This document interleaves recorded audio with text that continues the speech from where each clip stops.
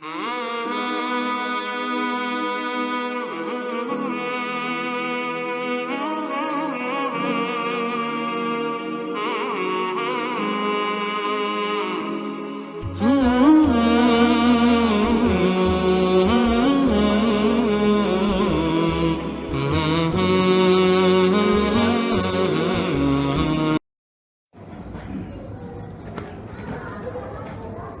الحمد لله نحمده ونستعينه ونستغفره ونعوذ بالله من شرور أنفسنا وسيئات أعمالنا من يهده الله فلا مضل له ومن يضلل فلا هادي له أشهد أن لا إله إلا الله وأشهد أن محمدا عبده ورسوله صلى الله عليه وعلى آله وأصحابه ومن سار على نهجه القويم وادعا إلى الصراط المستقيم إلى يوم الدين وسلم تسليما كثيرا اللهم علمنا ما ينفعنا وانفعنا بما علمتنا وزدنا علما وأرنا الحق حقا وارزقنا اتباعه وأرنا الباطل باطلا وارزقنا اجتنابه قال الله تعالى في كتابه الكريم أعوذ بالله من الشيطان الرجيم إنما المؤمنون الذين آمنوا بالله ورسوله ثم لم يرتابوا وجاهدوا بأموالهم وأنفسهم في سبيل الله أولئك هم الصادقون. Hadirin sidang Jumat rahimani wa rahimakumullah, segala puji kita panjatkan kehadirat Allah Subhanahu wa taala, Tuhan sekalian alam. Salawat dan salam semoga senantiasa tercurah kepada junjungan kita Nabi Muhammad sallallahu alaihi wasallam. Khatib berwasiat khususnya kepada diri sendiri, umumnya kepada sidang Jumat sekalian, marilah senantiasa kita untuk memperbaiki keimanan dan ketakwaan kita kepada Allah Subhanahu wa taala. Dari Abu Hurairah radhiyallahu anhu, dia berkata bahwasanya Rasulullah sallallahu alaihi wasallam bersabda, "Al-mu'minul qawi khairun wa ahabbu ila Allah minal mu'minid dha'if. Wa fi kulli khairun ihris ala ma yanfa'uka wasta'in billah wa la ta'jaz." Orang mukmin yang kuat itu lebih baik dan lebih Allah cintai daripada orang mukmin yang lemah. Dan pada masing-masing dari mukmin yang kuat dan lemah ada kebaikan. Bersemangatlah terhadap sesuatu yang akan memberikan manfaat bagimu dan mohonlah pertolongan kepada Allah, serta janganlah bersikap lemah. Hadis riwayat Muslim. Menurut Syekh Abdul Azim bin Badawi Al-Khalafi, makna orang mukmin yang kuat dalam hadis di atas maksudnya adalah mukmin yang kuat keimanannya. Sesungguhnya keimanan dalam hati itu berbeda-beda dari sisi kekuatan dan kelemahannya, bertambah serta berkurangnya. Dan iman-iman orang-orang yang hidup terakhir atau belakangan tidaklah seperti iman-imannya orang yang terdahulu. Karena itulah ketika beberapa orang Badui masuk Islam, kemudian mereka berkata, "Kami telah beriman." Maka Allah memerintahkan kepada nabinya Muhammad sallallahu alaihi wasallam untuk mengatakan, "Qul lam tu'minu walakin qulu aslamna." Katakanlah kepada mereka, kamu belum beriman, tetapi katakanlah kami telah tunduk.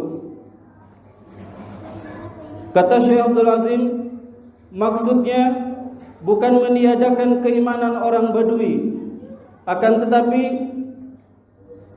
meniadakan kesempurnaan iman dan hakikatnya. Karena mereka orang-orang Badui atau yang mengatakan kami beriman padahal belum beriman, baru berislam, mereka belum memerangi diri mereka sendiri untuk mengerjakan amal-amal soleh yang dengannya keimanan akan bertambah. Oleh karena itu Allah mengenalkan kepada mereka yang baru mengaku berislam, yang baru mengaku beriman, padahal baru berislam. Allah memperkenalkan kepada mereka hakikat keimanan atau keimanan yang sebenarnya.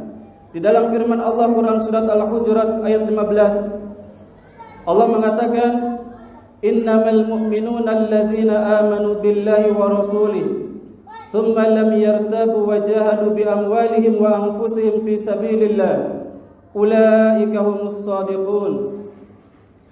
Sesungguhnya orang-orang yang beriman atau orang-orang yang benar-benar beriman hanyalah orang-orang yang beriman kepada Allah dan Rasul-Nya, lalu mereka tidak ragu-ragu dan mereka berjihad dengan harta dan jiwa mereka di jalan Allah. Mereka itulah orang-orang yang benar. Dalam ayat ini Allah menjelaskan sifat-sifat orang beriman yang benar imannya, bukan hanya sekedar pengakuan beriman. Oleh karena itu, jika ingin mencapai derajat iman yang benar, iman yang sempurna, hendaknya melakukan apa yang disebutkan dalam ayat tadi, yaitu Quran surat Al-Hujurat ayat 15. Yang pertama, allazina amanu billahi wa rasulih, yaitu orang yang beriman kepada Allah dan Rasul-Nya, disertai dengan mengerjakan ajaran-ajarannya. Di antara ajaran Allah dan Rasul-Nya adalah bahwa Nabi Muhammad sallallahu alaihi wasallam adalah nabi yang terakhir.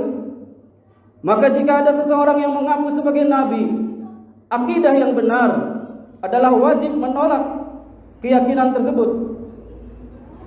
Kalau ada yang mengaku sebagai nabi, maka akidah yang benar wajib kita tolak, bukan mengucapkan selamat. Bahkan wajib bagi kaum muslimin, bagi penguasa kaum muslimin, memerangi nabi palsu dan pengikutnya, sebagaimana hal itu dilakukan oleh Abu Bakar radhiyallahu anhu, khalifah yang pertama setelah Rasulullah, memerangi Musailimah al-Kadzab, pengaku nabi palsu dan pasukannya. Bukan diucapin selamat atau diberikan tempat, tetapi harusnya dibina. Bukan diselamatkan, bukan diberikan selamat, tapi dibina harusnya. Di antara nabi palsu yang pengikutnya makin banyak dan masih banyak sampai saat ini adalah pengikutnya Mirza Ali Muhammad Ash-Shirazi, pendiri agama Baha'i. Nabi palsu. Kenapa dipermasalahkan? Di antaranya oleh Ormas Muhammadiyah.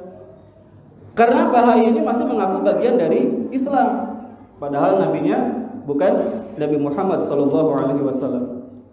Iman yang benar, yang pertama, orang yang imannya benar, yang sempurna, dia beriman kepada Allah dan Rasul-Nya dan mengerjakan ajaran-ajarannya, termasuk mengimani ajaran bahwa nabi terakhir adalah Nabi Muhammad SAW. Tidak ada nabi setelah beliau.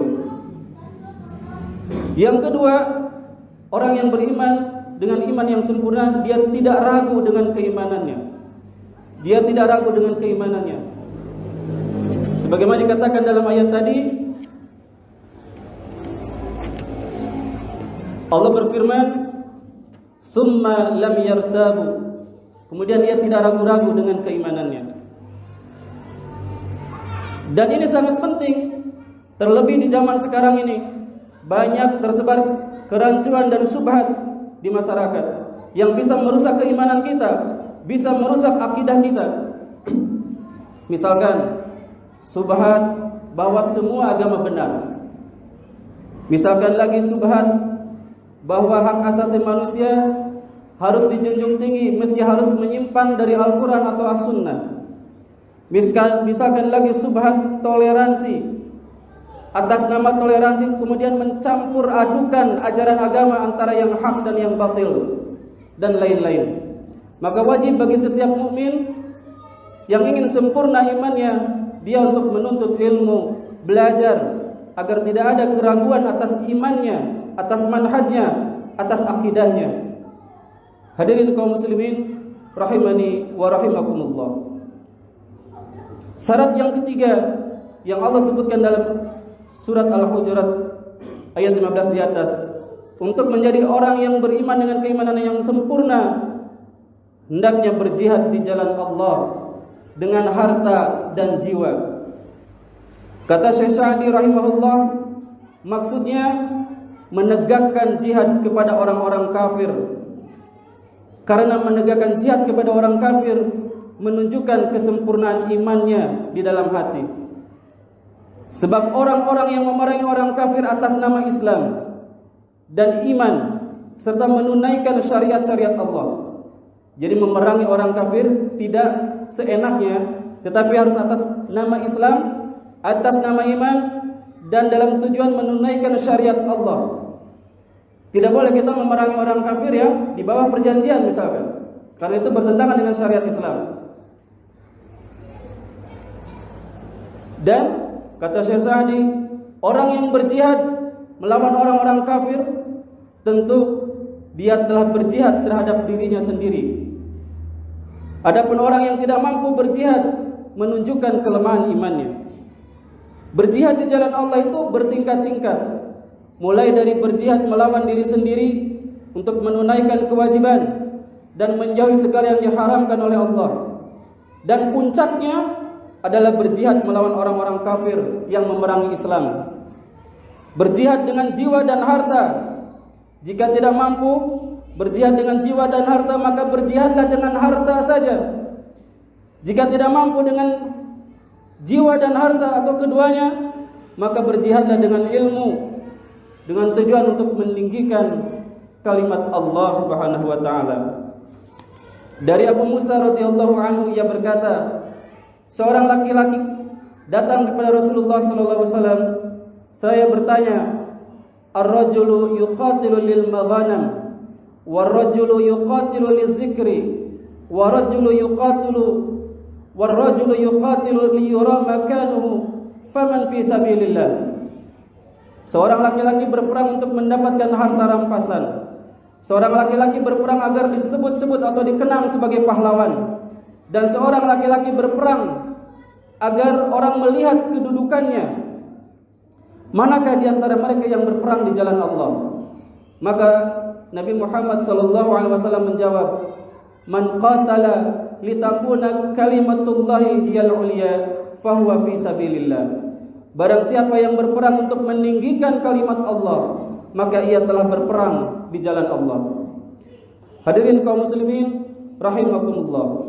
Dan ketika keadaan damai seperti sekarang umpamanya, maka wajib bagi setiap orang beriman mengazamkan niatnya dalam hati bahwa suatu hari ketika akan dikumandangkan jihad fisabilillah, ia pasti akan mengikutinya. Wajib niat dalam hati. Karena di antara tanda kemunafikan, kata Rasulullah, orang yang tidak pernah sekalipun dalam seumur hidupnya berniat untuk jihad fisabilillah. Niat saja enggak pernah, apalagi berangkat untuk jihad. Inilah kriteria orang-orang yang beriman dengan keimanan yang benar. Yang pertama, dia beriman kepada Allah dan Rasulnya, disertai dengan mengerjakan ajaran-ajarannya. Yang kedua, ia tidak ragu-ragu dengan keimanannya. Dan yang ketiga, ia siap rela berjihad di jalan Allah dengan jiwa dan hartanya. Semoga Allah memberikan taufik kepada kita untuk beriman kepada Allah dan Rasulnya serta semua ajaran-ajarannya. Memberikan taufik kepada kita iman yang benar, yang tidak ada keraguan sedikit pun. Juga memberikan taufik kepada kita untuk berjihad di jalan Allah, baik dengan ilmu, harta maupun dengan jiwa. Rabbana amanna faktubna ma'asy syahidin. Barakallahu li wa lakum fil Qur'anil azim wa nafa'ani wa iyyakum bima fihi minal ayati wa zikril hakim wa taqabbala minni wa minkum tilawatahu innahu huwas samiul alim.